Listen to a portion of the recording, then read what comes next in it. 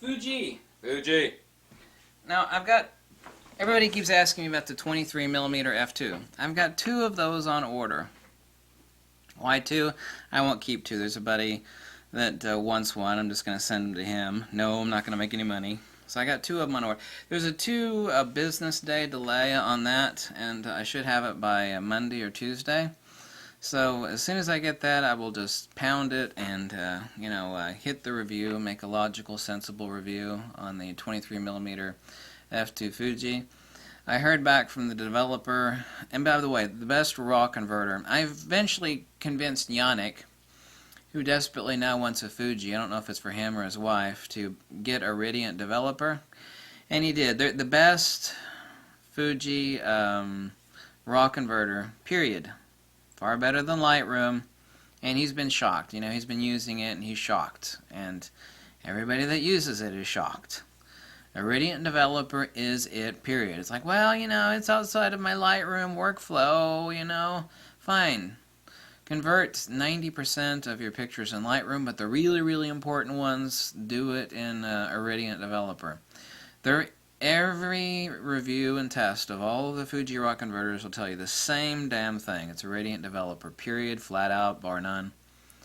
I heard from the guy that was working on that. He had issues with Canon RAW, he said, and then like some iPhone RAW, like all these different formats piled in, and so he's like 2 or 3 weeks late, something to that effect. And he told me that it should be sometime next week. I know it was promised for last week, but anyway, I mean, he's only one guy, he can only do so much at a time.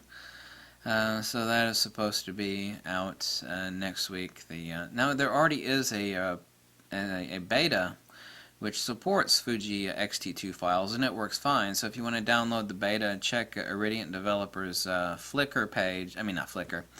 Their Twitter page, his Twitter page, and he has the download link for the beta, which has the X-T2 support in it, the X-T2 RAW support. So that is already out for Fuji X-T2.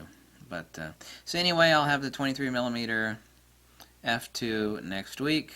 There's just been a couple day delay. Why Fuji delayed on it a couple days in the United States, I have no idea. I know it's already available in parts of Europe and Australia now for some time, which is really weird. Usually everything hits the United States first, but it didn't this time. So anyway, that's the update on that. And let me know if you have any questions on the X-T2. Absolutely love it. Sometimes silence is golden, and the fact that there really aren't anybody, it doesn't matter what camera it is, somebody always peeps about something. But I mean, there's no doom and gloom out there on the Fuji, like, oh my god, there's a serious issue, and then someone else goes, oh, I have that issue too. That's not going on. So, when the few times I've seen like 5 people get together, it's like, I got the same issue. It turns out they just have the same issue of not knowing what they're doing correctly. And that isn't an issue with the camera, that's just an issue with the user not reading the manual. The manual on the X-T2 is a lot better than Fuji's other manuals. Everybody really kind of hated Fuji before on their user manuals, which were absolutely horrible. This time, their user manual is extremely good.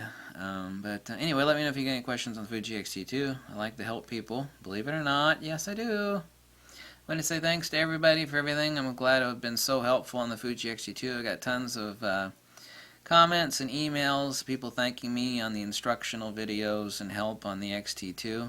And I'm glad I could help a bunch of people. And I guess that's it.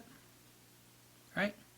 It's only like 2 or 3 o'clock in the morning, and I'm going to go do exciting stuff like laundry, and then eat a half a bowl of grapes while watching a movie. I lead the exciting life, and that's it. And answer a bunch more comments and emails, which are always piling up at every second, more and more and more and more and more and more. That's okay. Bye.